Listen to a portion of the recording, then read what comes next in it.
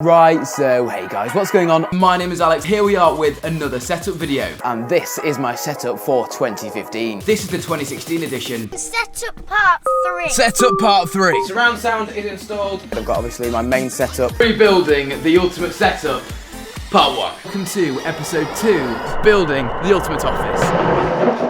Hiya. So I haven't done a setup video in as long as I can remember. I think the last sort of thing I did like this was a full-on house tour over a year ago. So if you guys would like to see an updated house tour, let me know the like rating and a comment. Huge shout out to Squarespace for sponsoring this video. I'm just gonna do what I do best and hold this camera, and we're gonna go and tour my office. But it's a bit interesting because in my old setups, obviously I was living in my parents' houses and everything that I owned was in one room, and now I'm lucky I have my own place. This is my first ever house that I've ever bought. So not everything is in the office. For example, the TV is in the kitchen. But today I just want to focus on my office. Now I've already filmed this video once and I did it sat down with loads of B-roll.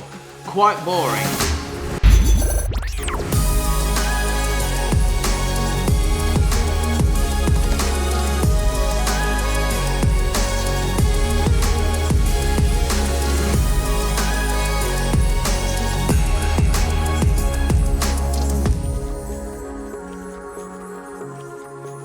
Okay, so there's two doors here. My office last year used to be in this room, which is the spare room currently. As you can see, it's a little bit of a mess, a little bit neglected. It used to look like this. Now, if you've been following me for a while, you'll know that I kind of moved my setups about quite a lot. So the setup was originally in there because my roommate and best friend Toby used to sleep in this room when he lived and worked for me last year. When he moved out, I actually moved the setup from this room downstairs into the cinema room. Did plenty of videos making all of that, and now I've since moved it, as you guys know, up here into what I'm now calling my finished, finalized studio. Something that I'm happy with and nothing really needs to move. So without any further ados, I say we open this door and we go straight in.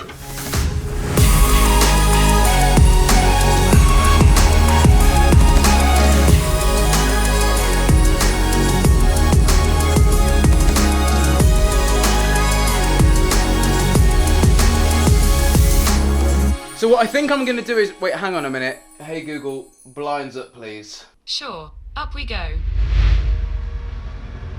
Where were we? Okay, what I'm going to do is give you guys a little bit of an overall look round, and then we'll go into the details about every tiny little nook and cranny in this room. So I hope you're ready. So like you've seen, this is what it looks like when you've come in. Obviously now we have some natural light, and this is the main backdrop of everything. These shelves are basically full of like filmmaking gear and things that help me get things done, like LED light panels, headphones. We've got my drone collection over here. We've got more drones in here. We're gonna dive into this later.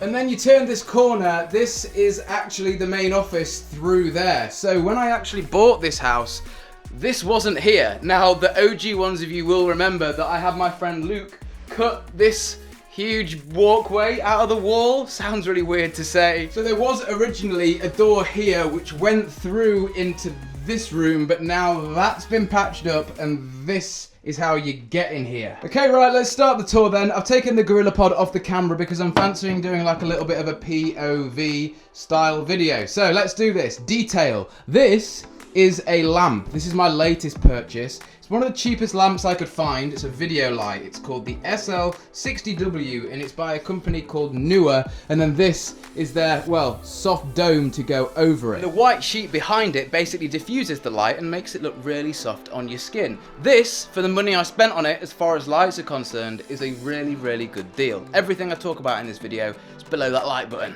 Now, these were some cupboards that I put in for Toby when he was living here. And now these have just got my gym clothes in, basically, and a load of other crap down there, but I may turn this into some sort of shelving system when I'm running out of space. Okay, so let's start with the shelf on the right, and we'll go right up here to the stuff that I can't really reach. Yeah, it's just boxes and bags up here. Below that, something a little bit more on my eye level, is my DJI drone shelf. From Newest, we've got the DJI Fpv drone here. Like I said, recently done a video on that, so go check it out. Cool piece of kit.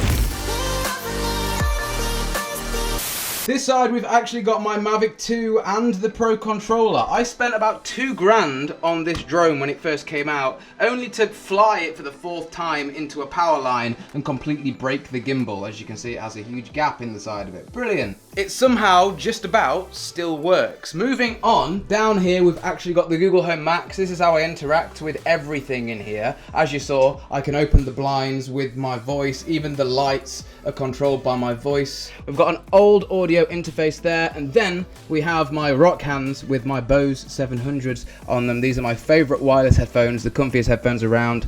Don't at me. Moving on from the shelf, we've got my middle tool section and ultimate storage tool chest. Now, I actually picked this up in a video a couple months back from Homebase, so I might not be able to put this in the description, but it's just an ultimate storage tool chest, as you can see. And then we've got a pegboard, in fact 2 pegboards here. As you can see, there's the separation between the two. I just bolted them together behind each other, and then they basically just rest, and they're actually bolted in, can you see here, just into these. And the main reason why I did that was because I didn't want to drill anything into the wall to hold this pegboard up. So when I want to take this stuff down, eventually there's going to be no marks on the wall. Win-win. I have other tools that I actually use for production work in my toolbox in the garage. However, it is nice to have these readily available in the office, which is sick. Got some patch cables here, and down here is the charge station. This is a cool power pack that I picked up off Amazon, and it has loads of USB ports in it and a USB-C, so I can go ahead, charge all of my batteries for my monitors, my Sony Alpha cameras, and, well, another Alpha camera charger here. And as you can see, I'm quite meticulous. I like to label everything so I know where it goes. These are both of my work phones. I've got an S20 here, and I've got the Google Pixel 4a, and these have got different work SIM cards in, one for my business Wi-Fi stuff, and then one for my production stuff, which I don't really do anymore. Now these are cool. If you guys are into your filming, this is the G1S RGB video light, and basically you can turn it on and it's a really bright light. However, you can go ahead and change the color of this to any color you would want. It's battery powered, or you can plug it in via USB-C and run it off the wall if you just wanted to have some accent lighting that's always on. These are about 50 quid. They're made out of metal, and I really recommend them. I've got 2 here, and I've also got 2 at my actual office in town. This is the puppy projector that I was talking about. So yes, this is a battery-powered projector that's currently projecting Spotify here on the side. And yes, it's touchscreen, so as you can see, as I do that, it flicks across the track. This is a really cool piece of kit. Now, this is the draw that I'm pretty sure all of you know quite well from the last video. This is my FPV draw. We've got 2 DJI FPV headsets right here. We've got 2 FPV drones. This is my main one, and this is a new one I'm building from a company called iFlight. There is my FPV controller, and then this is just a little box full of all of the little knickknacks and things that you need. Spare props, soldering iron, tape, spare motors, because like I mentioned in my DJI FPV video, if you want to get into FPV droning, you are going to break things. So it's just good to have spare everything. All of that lives in there safely in the FPV drawer. And that is absolutely nothing in this cupboard down here, which moves us on to the left-hand side. Let's start from the top. Brand new, awesome, insane Ronin. I love this thing. I don't even know what its actual proper name is. It's the Ronin S2. This thing is a beast. And next to that, we've got my old Ronin, which doesn't work whatsoever. It's broken, and I don't know why. Sometimes it works fine, and then sometimes you put your camera on it, balance it all, and the camera just goes...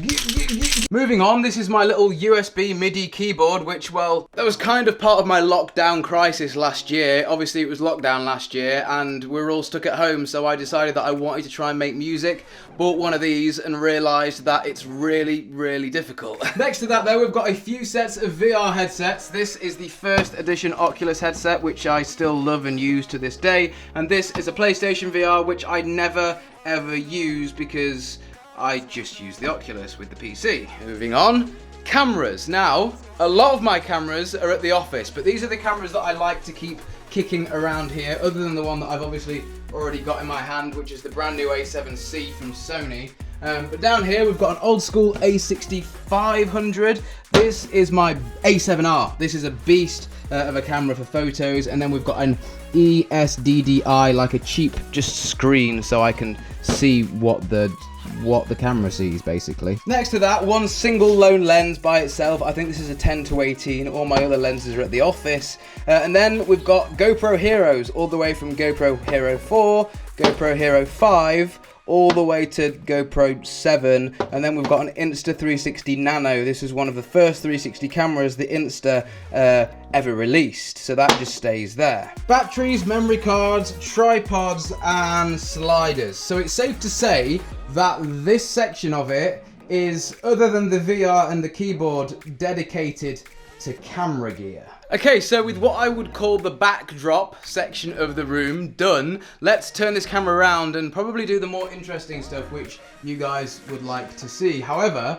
this is kind of interesting. So we've got a few baskets up the top here. I think this one has a, well, yeah, that's got a load of spare phones in it that companies have sent me throughout the years that I've, you know, just held on to. That is lens caps and ND filters, and then this is a bit of an action camera sort of, just a box full of action camera mounts. Very, very boring. Now this is something that I would recommend anybody do if you're like me. I'm always importing footage and I always need a cable, or I'm always charging something, or I always just need a cable that I've never got nearby. So this is my attempt to make all of my cables that I will need easily accessible. So if I need like a 3.5mm to 3.5mm, or I need an Ethernet cable, or I need an iPhone charger, or I need an HDMI cable, like there's just everything that I would need. Then I also keep all of my overflow cables out here in the utility room.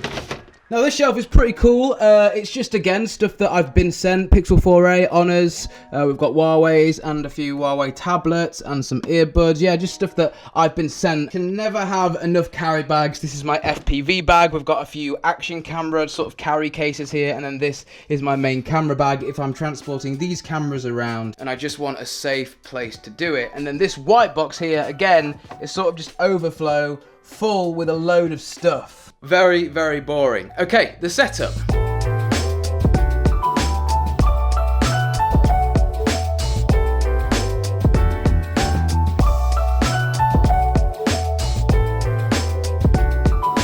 So yeah, this is it. I know this is what you guys really do want to see. I mean, maybe you want to see a little bit more of this cute face. Atlas is being beautifully lit up by these Lifx Tiles. Now, these are a really cool light that I put here because I was going to hope that they were going to be in the back of my stream. And you'll see that a lot of the gear on my desk, as you guys know, is there for live streaming to Twitch. However, as you will know, I haven't done one single stream to Twitch because I just keep running into issues, and I don't do things when there's issues. I just say no. I'll get more into why it doesn't work later, but first, GT Omega chair, custom one at that. That is my MarzBar logo. It is also in the back. If you guys would like one of these chairs, there'll be a link below. Alex, where did you get this table from? What is it? How do I get one? It has an awesome live edge on it. What's going on? So this is actually a dining table, an oak dining table. It's absolutely solid.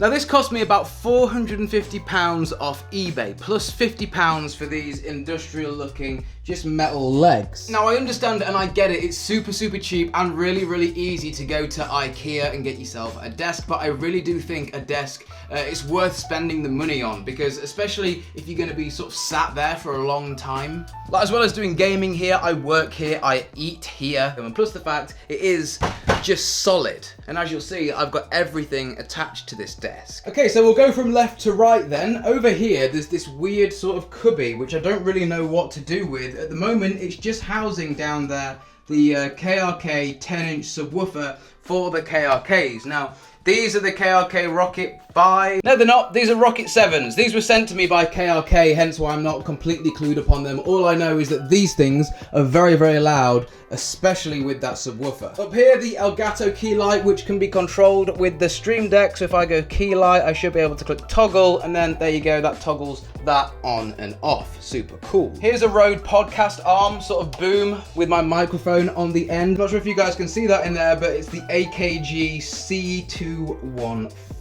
Connected with this nice red XLR cable, which goes all the way under the desk into my Go XLR Mini, and it's all on this wooden thing, and I'll explain why in a second. Now, I'm not sure if you guys can see here, but there's actually some cable trunking here. Now, this is actually heat shrink tubing, which you shrink onto all of your wires. As you can see, a load of wires come out of it, which basically means for all of the stuff that's on here, so the Stream Deck and all the Go XLR inputs and outputs, they just have that one white cable that goes to this puck, which makes this look super clean. You'd think the things weren't even plugged in, but they are. G915 Lightspeed keyboard. My favorite keyboard. Super expensive, but again, like the desk, I do all my typing on this keyboard, so it's really important that I've got a good one at my arsenal. It's wireless, I don't like wires, but it's a good wireless keyboard. It's really hard to find a good wireless keyboard. Same thing with a mouse. This is the Logitech G502 Lightspeed. It's a wireless mouse, as you can see, but again, to find a good wireless mouse is very difficult. The way they achieve this wireless mouse is the receiver is actually built into here, so it's not having to travel through the desk. So that means that, well, it is just rapid. Like, you would have no idea that this was a wireless mouse. It feels like a wired one. Now for the monitors, we've got 3 of them, and I have always experimented with monitor setups. I've had triple displays, I've had 2 displays. I found that having 2 just wasn't enough, especially if I'm gaming, because I like to have, let's say, Discord open, and then Twitter open, and then Spotify open, and then maybe a game playing full screen on one of the monitors. I think just having 2 just doesn't do it for me. Having 3 is great, but it's really important that they are in this configuration, because if you have 3 screens and they're really far apart, it feels like when you're looking at the furthest point of the setup, like you're having to really squint your eyes to see what you're actually seeing on the screen, because it's so physically far away from you. Whereas if you're right here, the furthest point is there and there and there. Like, it really isn't that far away. I can literally touch it, which is insane. And this setup, I mean, just look at it on the camera. It just looks great, doesn't it? Now, this is where it gets interesting. Everybody seems to say you need to have the same monitor if you're going to do triple monitor setups. All 3 of these monitors are different, and all 3 of them serve a purpose. So why? Well, an ultra-wide, it's an ultra-wide monitor. I like to view ultra-wide things on here. It's nice to have. This is my Msi Gaming Monitor, specifically for gaming. So I wouldn't game on this screen or this screen, just this one. It's a curved panel, and I think it's 75 Hertz at 4K, which is sick. Now this screen here is another monitor from LG. I think these are both 27 inches each. Now this is from LG's like editing line of monitors. Basically, all you need to know is this monitor is what I would do all of my picture and video editing on, and all my color grading on it, because the color science in this monitor is top notch. This is what this monitor is made for, but it doesn't have a high refresh rate, and the input lag's not as good as this one, which is why this is the gaming one and this is the editing one. You see, it serves a purpose. If I had 3 of the same monitor, just seems like a little bit of a waste of time to me. Monitors do different things. And then obviously when it's time to put some headphones on, these were a gift from my grandmother, but I absolutely love these. These are the new A50s with the base station. I think this is the PlayStation 4 version, because you needed to get the PS4 version to work with the PC. And talking about the PC, here is 2 of them. This was meant to be my streaming PC, and this is my main PC. This was custom made for me by a few people, mainly Corsair, but you've got a little bit of Kingston in there. They are taking care of my NVMe, which is a 1TB NVMe. They gave me 64 gigs of DDR4 RAM. We've got a 1080 Ti water-cooled in here, and then we've also got my Elgato 4K capture card. We only have, though, in here a 7th gen Core i7. That is why I can't stream, because to be able to run a stream and run a game at the same time, that processor just doesn't do it, which is why I introduced a second PC for streaming, but it is the most complicated thing I have ever set up. Like, I'm stressing so much about it, it's not worth it. The easiest thing for me to do would be to upgrade this PC so it can do everything, the streaming and the gaming all in one unit. But at the moment, I'm really tied between AMD and Intel, and I'm still making a decision in my head as to whether I want to move to the dark side or not. But as for the streaming PC, this is an MSI Trident X. It's got a 1080, it's got a 10th gen i7 in it, and it's just a pretty cool little gaming PC, to be honest. It's tiny. You can see the GPU in it there. And now, to make this desk super cool, I built in a few things on the side here. So we've actually got a card reader, which is Velcroed up here, which goes down to the main PC, so ingesting footage is a breeze. And then we also have an anchor. This is a, I think it's 45 watts, with 4 USB ports and 1 power delivery port, so I can charge my iPad or my MacBook or my phone off this super quick, and it's well convenient with it being there, but obviously when you stood up looking at the desk, it's hidden away and you can't really see it. Now obviously all of the B-roll shots that you'll have seen of this room will probably have been done at night, so all the lighting in here, I know people will be asking, is Philips Hue. I really like Philips Hue because you can have the option to have an actual controller here, which is a little wireless controller, so I can turn the lights on and off with that. But failing that, Philips actually offer a motion sensor, which you guys won't have noticed, but is actually right there. So as soon as I walk in the room, that clocks me and it turns on all of the lights. So the LEDs behind here, and we've even got a few bloom lights on the shelf to light things up, and obviously the setup looks awesome at night. We've got a few different zones of lighting over here. I think that's the office tour done. I think I've done it. Don't remember the last time I did one of these. It literally must have been years ago. But for now, we need to thank our sponsor, Squarespace. I make all my websites on Squarespace because it's super easy. I don't want to be bogged down with all of the hardships of trying to learn HTML. Basically, Squarespace make it super easy. So you choose from one of their templates, and they've got thousands of them, all professionally designed. And then you upload all your own stuff to them, and then you basically make it yours and make it count. I mentioned that I don't like doing HTML, and that's all cool. You know, get a Squarespace site, you can do it without HTML. But if you do want to use HTML, it's also there too. You can put your own things in. One thing I do use on Squarespace though is the SEO, which in a nutshell tells you how your website is appearing on search engines like Google, so you can see what people are actually clicking on or not clicking on. And whether it's just a website to get some simple wording out on the internet, or you're actually wanting to do something like create your own shop and sell things, Squarespace have got things like e-commerce built right in. It's honestly the all-in-one platform, and they have a tool for pretty much anything. And if you guys would like to save yourself 10% on your first Squarespace purchase or domain, please use my code MarzBar, or just go to squarespace.com/MarzBar vlogs.